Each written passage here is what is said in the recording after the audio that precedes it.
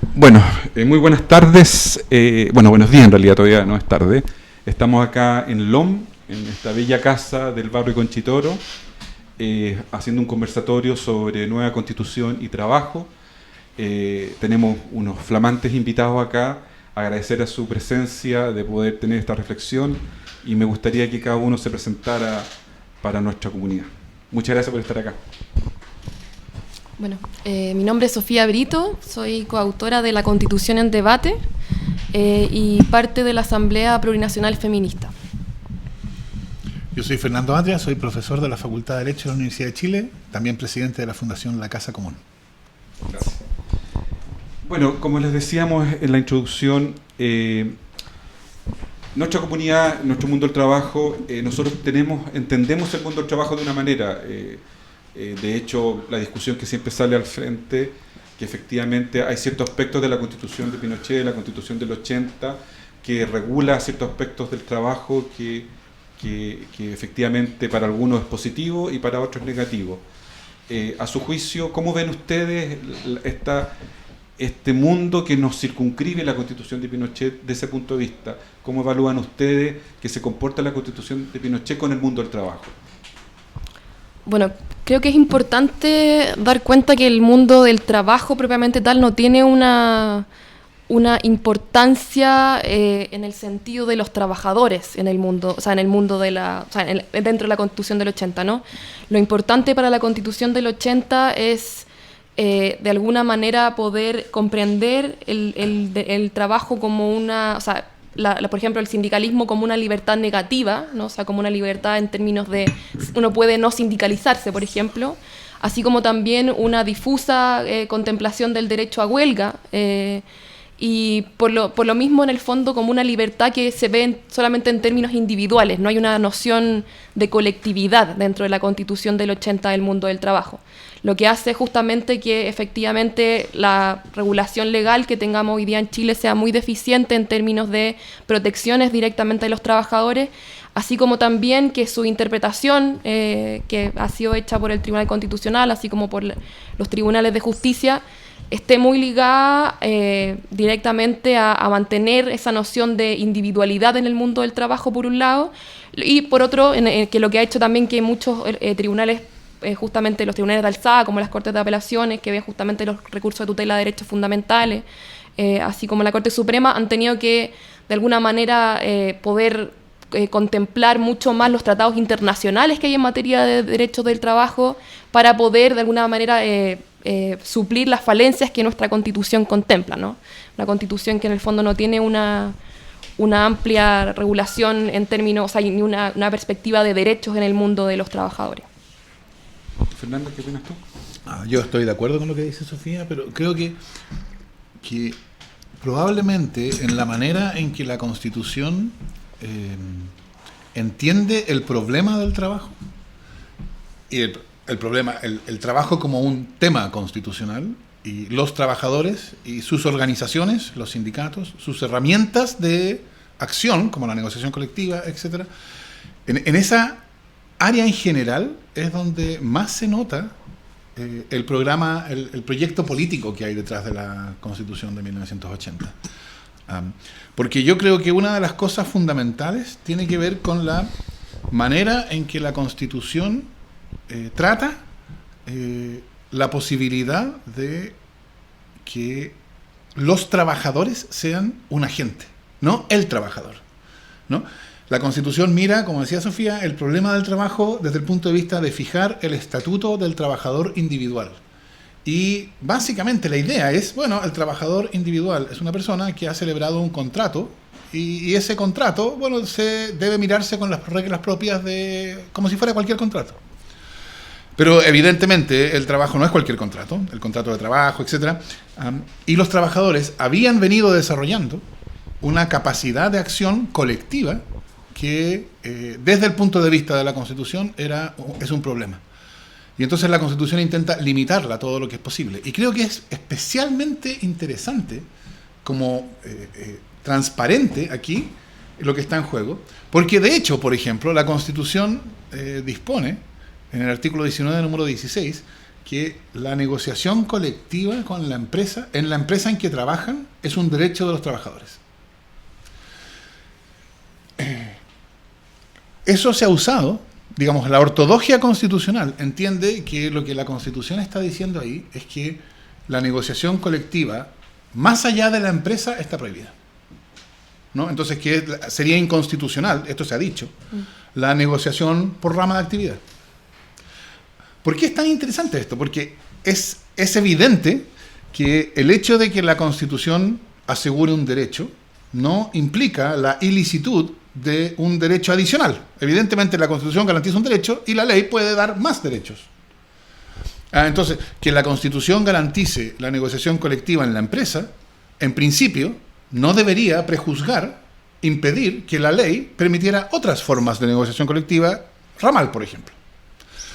Salvo que uno entienda que cuando la Constitución dice que se garantiza la negociación colectiva en la empresa, lo que está haciendo es garantizar un derecho a los empresarios. Porque claro, si el derecho es de los empresarios, que no haya negociación colectiva más allá de la empresa, entonces, por cierto, que la ley permita la negociación ramal sería una infracción de ese derecho, el derecho no de los trabajadores, el derecho de los empresarios a que no haya negociación colectiva más allá de la empresa. Entonces, como se entiende que al decir la Constitución que la negociación colectiva en la empresa es un derecho de los trabajadores, está prohibiendo formas de negociación ramal, eso es una confesión lo más transparente posible de que, aunque diga que es un derecho de los trabajadores, lo que en realidad está diciendo es que los empresarios tienen derecho a que no haya negociación colectiva fuera de la empresa. Y entonces esto evidentemente muestra la inversión completa de las cosas, porque lo que uno habría pensado, que es que la Constitución garantiza los derechos de los trabajadores en beneficio de los trabajadores, en realidad es al revés. La Constitución restringe los derechos de los trabajadores en beneficio de los empresarios. Y entonces ahí se nota, como en pocas otras esferas, que la Constitución de la derecha, de la Constitución del 80, hasta cierto punto, es una Constitución que refleja la resolución que en ese momento había alcanzado un conflicto de clase, ¿no? Es la Constitución de los empresarios contra los trabajadores. De modo tal que incluso los derechos que la Constitución dice reconocerle a los trabajadores, se entiende como que fueran derechos que la Constitución reconoce a los empresarios. Y bajando esta reflexión a lo cotidiano, entonces, por favor, corríjanme si estoy en lo incorrecto. Por lo tanto, al negarse el derecho a negociar colectivamente acá en Chile a los trabajadores, eso repercute directamente en su sueldo, porque, corríjanme si estoy equivocado, en la legislación de otros países se supone que las negociaciones ramales están concebidas y están pensadas en su eje principal para mejorar las condiciones de vida y salariales de los trabajadores.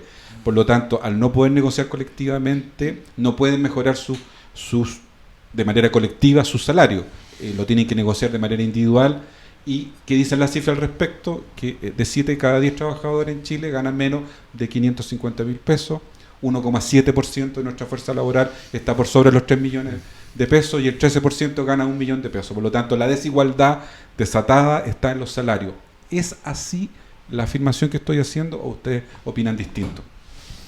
Sí, yo creo que es muy importante en relación a lo que decía Fernando, que efectivamente la Constitución del 80 lo que intenta hacer justamente es poner un cierto marco de tope a la posibilidad de que los trabajadores puedan expresar sus luchas colectivas, comprendiendo el proceso histórico de luchas del siglo XX, que en el fondo fue la que fue a través de la forma en que los trabajadores alcanzaron los principales garantías y derechos dentro de un Estado, ¿no? O sea, los trabajadores, fue a través de la lucha de los trabajadores que se lograron la mayoría de los derechos sociales, y que en realidad la misma noción de que exista justamente un derecho del trabajo, ¿no? O sea, que exista como la necesidad de regular el derecho del trabajo como una rama diferenciada de los contratos civiles, en el fondo de los contratos digamos como individuales dentro de personas comunes y corrientes, por así decirlo, comprendiendo que existe una desigualdad entre el empresario y el trabajador, ¿no? Existe una desigualdad de base, una asimetría que está dada justamente por la lucha de clases. Entonces, cuando se quita esa posibilidad de negociación colectiva, o sea, de agrupación colectiva, cuando se le quita agencia colectiva al mundo del trabajo, y justamente empieza a ser una regulación que protege precisamente a los empresarios al ponerlo solamente en su dimensión individual. Eso lo que hace al final de cuentas es que no tengamos ninguna posibilidad de que los trabajadores tengan realmente una posibilidad de negociación, ¿no? Una posibilidad de efectivamente negociar su sueldo. Eso tiene que ver mucho con esta idea también, claro, existe una igualdad formal ante la ley, en el sentido de que efectivamente los trabajadores, uno podría decir, bueno, pero dentro de la noción del liberalismo clásico, bueno, pero él puede contratar con cualquier empresario que le ofrezca el mejor sueldo posible, ¿no? Pero sabemos que en la práctica eso no es así, ¿no? Sabemos que en la práctica los trabajadores tienen que estar, o sea, van a tener el trabajo que puedan tener nomás, de acorde al mercado y acorde a las posiciones del capitalismo, que en el fondo de alguna manera siempre lo pone en una situación de subyugación. Entonces, en ese sentido, claro, es necesario contemplar una regulación que dé cuenta de esa desigualdad sustantiva que existe entre trabajadores y empresarios, y que justamente otorgue un estatus de protección real a los trabajadores y una posibilidad de agencia política dentro de una democracia, ¿no? No es simplemente la buena voluntad de los empresarios la que va a lograr los buenos sueldos, sino que efectivamente la posibilidad de que los trabajadores puedan expresarse colectivamente, puedan tener también un derecho a sindicalización en todas sus aristas, digamos, que no simplemente signifique la posibilidad de... O sea, que no sea como hoy, que efectivamente en realidad el porcentaje de sindicalización que tenemos es bajísimo, porque sabemos que existen mayores trabas para la sindicalización que garantía. Fernando. Yo creo que es verdad que la debilidad negociadora de los trabajadores, que es consecuencia de la prohibición, yo diría de facto, de la negociación ramal, afecta lo que ellos pueden obtener, es evidente. Y eso, por cierto, afecta al sueldo. Pero yo diría que la cuestión va mucho más allá de las remuneraciones. Porque la posibilidad de la agencia colectiva es, bueno, significa que los trabajadores están en control o que están en condiciones de actuar por ellos. Al eliminar la negociación colectiva en los hechos, porque claro, está permitida en la empresa, pero eso solo funciona en algunas empresas en particular. Y de hecho, donde funciona, por ejemplo en la minería, la negociación colectiva es eficaz. Pero al eliminarla en general, los trabajadores quedan expuestos a que sus condiciones vienen de modo bastante unilateral, impuestas por las condiciones del mercado, del modo en que la entienden los empresarios. Y eso creo hace que aquí aparezca algo que es una marca del problema constitucional en todas las esferas, no solo aquí, pero aquí aparece de nuevo claramente, que es el abuso. ¿No? Porque evidentemente en una relación asimétrica el que tiene mayor poder puede poner condiciones que son más beneficiosas para sus intereses. Eso es una cuestión de sentido común. Y entonces la única compensación posible está en los números desde el punto de vista de los trabajadores, ¿no? La única compensación posible está en la posibilidad de actuar todos juntos. Como esa posibilidad está severamente limitada por la ley y por la Constitución en esta manera en que es comprendida, entonces, claro, la esfera de la empresa, del trabajo, también es una esfera más donde se manifiesta el abuso de todo el que tiene poder. Tratando de salir un poco de las trampas de la Constitución de los 80 y pensando en la nueva Constitución, pensando en el proceso constituyente que nos encontramos, pensando en el 26 de abril, en la posibilidad de co-crear esta nueva Constitución. ¿De qué manera esta nueva Constitución podría dar un espacio para que el mundo del trabajo efectivamente pueda ser más equilibrado, por un lado, y que efectivamente se haga cargo de los desafíos del siglo XXI? Porque la Constitución del 80 no solamente es tramposa desde el punto de vista que favorece a un lado, sino que está pensada en un formato de mundo del siglo XX, no necesariamente pensando en el siglo XXI. Sobre todo lo digo por la Revolución 4.0 que viene, que va a afectar tremendamente la fuerza laboral y la forma como entendemos el trabajo. ¿La nueva Constitución tiene espacio para que el mundo del trabajo efectivamente sea mejor para todos y repercuta en el día a día de las personas? Esperemos que sí, ¿no? En realidad eso va a depender mucho de cómo se dé el debate propiamente tal, cuál sea también la fuerza que tengan los trabajadores dentro de de esa convención constituyente o de ese espacio de discusión, de ese diálogo en el fondo para poder crear una nueva constitución, ¿no?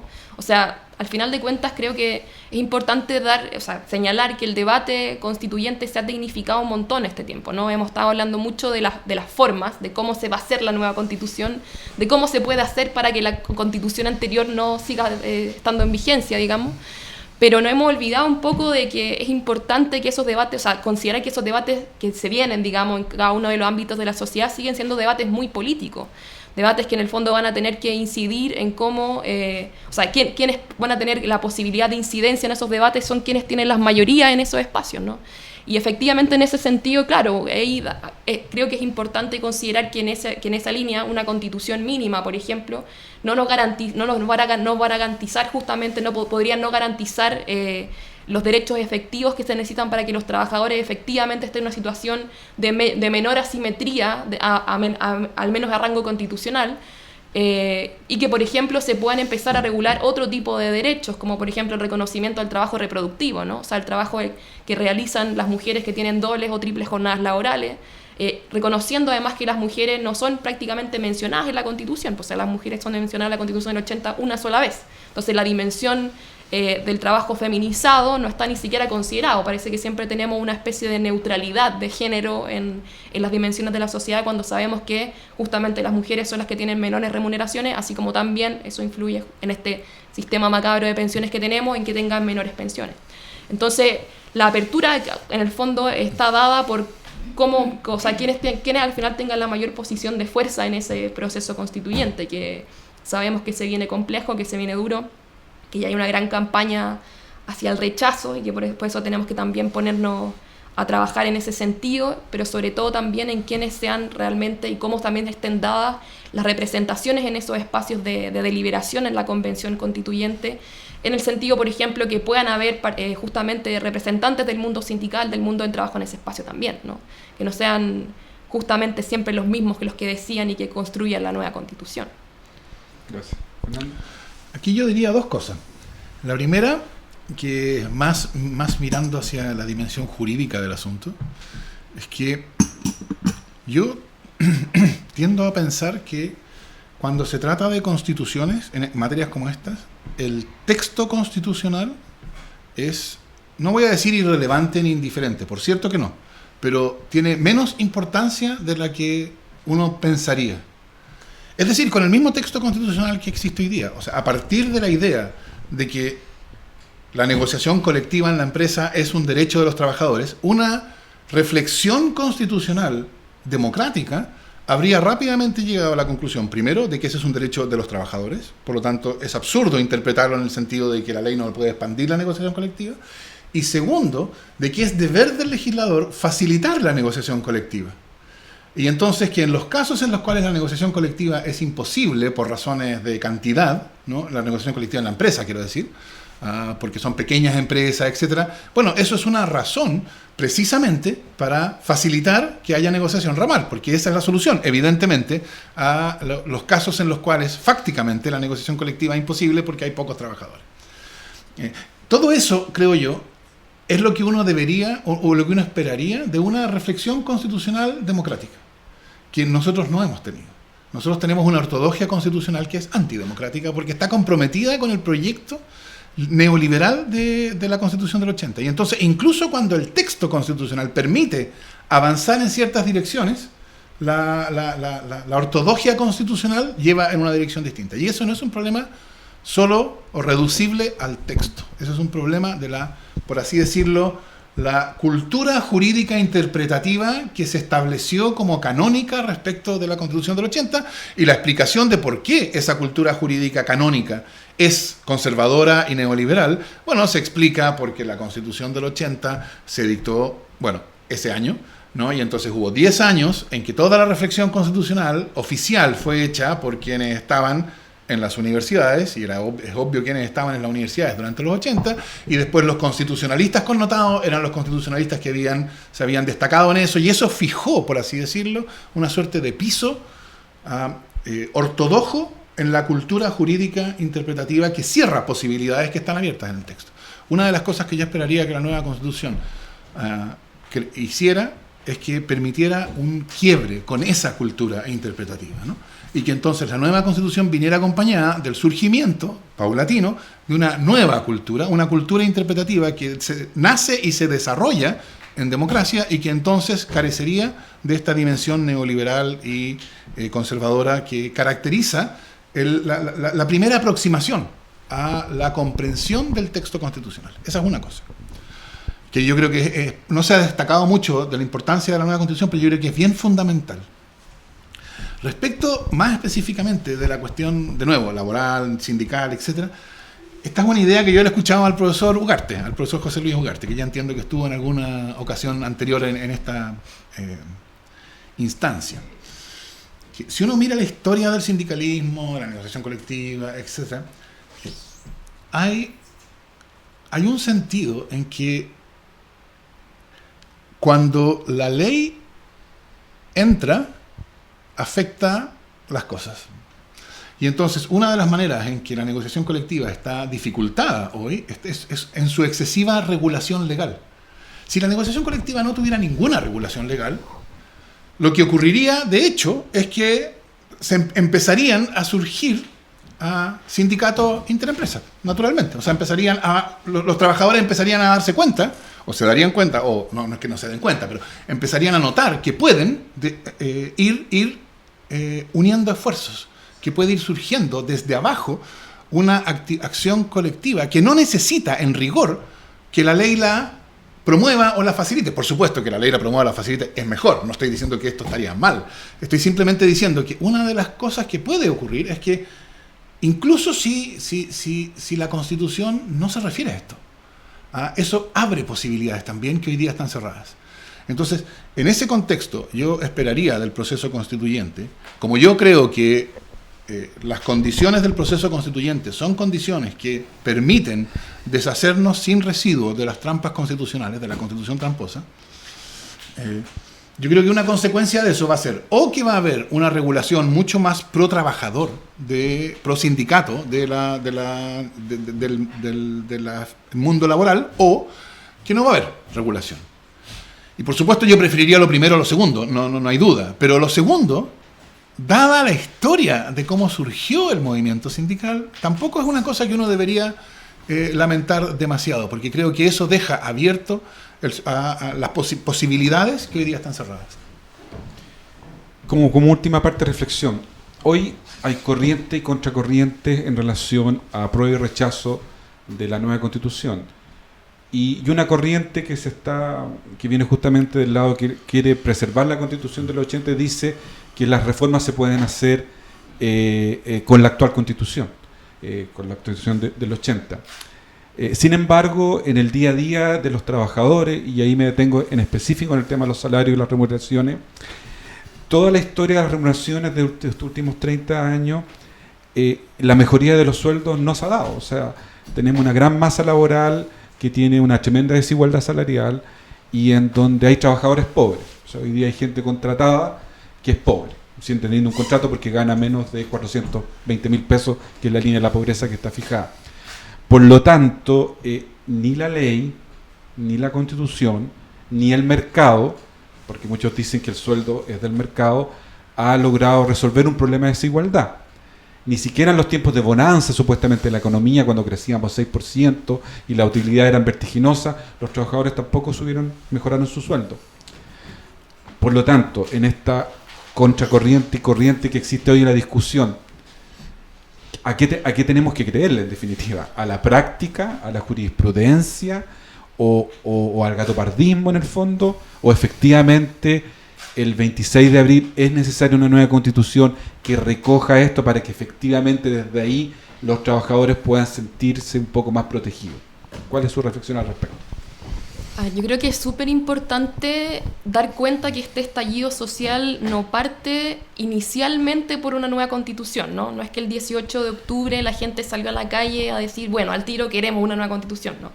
Es un estallido social que da cuenta de las diferentes dimensiones de crisis que provoca la precariedad de la vida, que de alguna manera nos ha impuesto el sistema neoliberal, y que deviene de alguna manera en un momento constituyente, dando cuenta que efectivamente todas esas aristas de los movimientos sociales, como por ejemplo las pensiones, la vivienda, la salud, el mundo del trabajo, tenían un tope en cuanto a sus regulaciones en la Constitución, ¿no? Un tope que uno puede decir de alguna manera con respecto a su legitimidad originaria, en el sentido de que fue una constitución impuesta en dictadura de manera antidemocrática y que de alguna manera contiene una herida de alguna manera que no se ha cerrado, por decirlo de algún modo, pero también, claro, en términos de su contenido, en cómo efectivamente toda esta cultura jurídica, en ese sentido creo que es importante justamente considerarlo de la interpretación, no ha dejado que esta Constitución, que de alguna manera la Constitución pueda tener una interpretación que sea a favor de las demandas sociales, o sea, un criterio evolutivo que considere los movimientos sociales que han venido pidiendo mejorías en la calidad de vida, una vida digna desde que se creó la Constitución para adelante, justamente, ¿no? Entonces, en ese sentido, creo que es importante considerar que una nueva Constitución es para así decirlo, un paso necesario, pero no es el todo. No es que vamos a tener una nueva Constitución y efectivamente las cosas van a cambiar como que se aprueba el texto y estamos listos, ¿no? Sino que efectivamente esto que de alguna manera tiene que, esperamos que justamente el proceso de una Constitución contenga esa efervescencia social, contenga esa necesidad por cambiar las cosas, por querer una vida digna realmente, y no sea justamente la forma de legitimar un nuevo pacto autoritario, ¿no? Un nuevo pacto, en realidad, o un nuevo pacto transicional empresarial, ¿no? Entonces, para que eso no suceda, es necesario considerar que todo todavía está muy abierto. O sea, dar cuenta que efectivamente este proceso constitucional, el apruebo es un primer paso inicial para dar cuenta de un proceso que todavía es muy largo en términos de discusión y que esperemos, como el optimismo que tiene Fernando, que efectivamente la discusión posterior sea o pro trabajador, o que claro, no exista una discusión y eso pueda ser discutido democráticamente de manera posterior, pero toda la discusión aún está muy abierta, ¿no? Entonces ahí es importante dar cuenta que la política sigue presente, ¿no? No está ya diseñado todo el proceso que uno puede decir, bueno, vamos a tener una constitución y está todo listo. Entonces, en ese sentido, por eso es importante la participación y dar cuenta de que la potencia que tiene este proceso es la apertura de que no están haciendo siquiera la pregunta, ¿no? O sea, como estamos empezando con la pregunta de ¿queremos realmente una constitución nueva, sí o no? Y cómo queremos esa nueva constitución es un proceso de discusión que se nos viene por delante. Y en ese sentido es efectivo que ojalá que esta nueva constitución pueda contener de manera real, digamos, las demandas sociales para poder de alguna manera cambiar nuestra cultura y nuestra forma de vivir. Muchas gracias. Fernando, ¿cómo lo ves tú?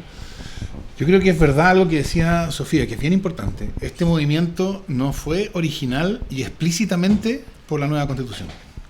Yo diría fue por las consecuencias de la Constitución vigente. Y como fue por las consecuencias de la Constitución vigente, rápidamente devino un movimiento constituyente. ¿Cuáles son las consecuencias de la Constitución vigente? Bueno, una Constitución que lo que hace es neutraliza el poder político. Entonces significa que para los poderes no políticos, los poderes no políticos en el sentido de que son fácticos, ¿no? Se afirman en su sola existencia, el principal de los cuales es el poder económico. Entonces, tener un poder político neutralizado significa un poder económico que enfrenta bien pocas limitaciones. Y por eso, lo que sí, este movimiento sí fue desde el principio tenía dos características bien notorias, ¿no? Una era contra el abuso que está en todas partes, y eso es la consecuencia de 30 años de un poder económico que no enfrenta mayor limitación del poder político. Y segundo, una deslegitimación completa del aparato político institucional, ¿no? Lo que hoy día se llama los políticos, la clase política, etc. ¿Por qué? Porque hoy día ellos son vistos precisamente como su inactividad implica, y a veces incluso su actividad, pero fundamentalmente su inactividad o su incapacidad de actuar implica chipe libre para el poder económico y entonces abuso. Las dos cosas van juntas. Entonces es verdad que no fue originalmente constituyente, pero rápidamente adquirió esta dimensión porque esas demandas originales eran demandas que se dirigían en contra de las consecuencias de la Constitución neutralizadora. Entonces, los mismos que hasta antes del 18 de octubre decían que la Constitución no permite la negociación ramal, que la Constitución no permite la titularidad sindical, hoy día están diciendo que todos estos problemas no necesitan cambio constitucional. Y además están diciendo, pero vamos a presentar un conjunto de reformas que sí se refieren a los problemas reales, las reformas constitucionales. Entonces yo creo que toda esa campaña del rechazo se basa hasta ahora, habrá que ver qué sigue, pero se basa hasta ahora en solo imposturas. O sea, todo esto es falso y ellos lo saben. Ellos saben que es falso que la Constitución no tenga que ver con todas estas demandas, porque ellos mismos han alegado que una serie de medidas que se han tomado para contener formas distintas de abuso han sido declaradas inconstitucionales, alegadas por ellos. Son ellos los que fueron al Tribunal Constitucional para decir que la ley no podía prohibir a las empresas ser controladoras de universidades para evitar el abuso del lucro ilícito. Son ellos los que fueron contra la titularidad sindical, son ellos los que fueron contra un CERNAC de que podía eficazmente proteger al consumidor del abuso empresarial. Es decir, son ellos mismos los que han alegado que la Constitución no permite estas formas o estas medidas que se han tomado para proteger al ciudadano del abuso. Medidas limitadas, porque la política que tenemos no puede llegar muy lejos. Pero incluso cuando se había logrado avanzar, ellos fueron a buscar la inconstitucionalidad. Y entonces, ahora, en la hora nona, después del estallido, dicen, no, si en realidad todas estas cosas se pueden solucionar con cambios legales. Yo creo que es una tomadura de pelo, y lo digo conscientemente. Y entonces yo esperaría que el desarrollo de la discusión en la campaña para el plebiscito primero y para la convención después hiciera que estas imposturas pudieran quedar de lado y que entonces que apareciera el argumento real del rechazo. Y el argumento real del rechazo es: no estamos dispuestos a tener una constitución que es decidida igualitariamente por todos.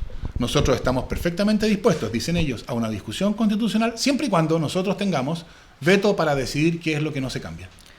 No, y en ese sentido creo que es importante, para agregar solo algo, dar cuenta que claro, que la discusión de fondo es si es que puede mantenerse el modelo actual con una nueva constitución o no. Yo creo que esa es la perspectiva real que tiene la derecha, y por eso, bueno, ahora de hecho están tratando de revivir el proyecto constitucional de Bachelet, incluso algunos sectores, para justamente que esta discusión no abra mayores espacios, ¿no? Y bueno, también eso, la misma discusión que también se ha dado con respecto a si es que o sea, de alguna manera el respeto a los tratados internacionales de derechos fundamentales incluye, por ejemplo, tratados de libre comercio que no pueden cambiarse con la nueva constitución. Así como también la doctrina Alamán de que va a tener que votarse todo después con 2/3, que al final es un poder de veto final de la derecha para la nueva constitución. Entonces ahí está esa discusión de fondo, ¿no? Que es como como que no están dispuestos justamente a abrir demasiado la cancha para que pueda discutirse todo realmente. Y es por eso que han querido restablecer los vetos, y en el proceso mismo hay ciertas trampas, que justamente ciertas trabas que de alguna manera creo que ellos quieren tratar como de ver como salidas de emergencia, ¿no? O sea, por ejemplo, el hecho de que la votación última, digamos, del plebiscito ratificatorio, en caso de que se apruebe la idea de crear una nueva constitución, se cree esa nueva constitución y la nueva constitución después sea votada, o sea, se gane el no, digamos, en ese sentido se volvería la constitución del 80, o sea, volvemos al tiro a todo lo anterior. Entonces, creo que ellos han querido justamente poder tratar de ver cómo delinearse estas salidas de emergencia que los mantengan en este modelo, y que al final, como decía Fernando, el argumento de que todo se puede hacer de manera legal ha sido históricamente derrocado por ellos mismos, digamos. Ok, se nos acaba el tiempo. Muchas gracias por sus reflexiones y por su participación, y esperamos seguir teniéndolos acá reflexionando sobre estas importantes materias. Muchas gracias. Gracias, Fernando. Gracias. Muchas gracias por la invitación.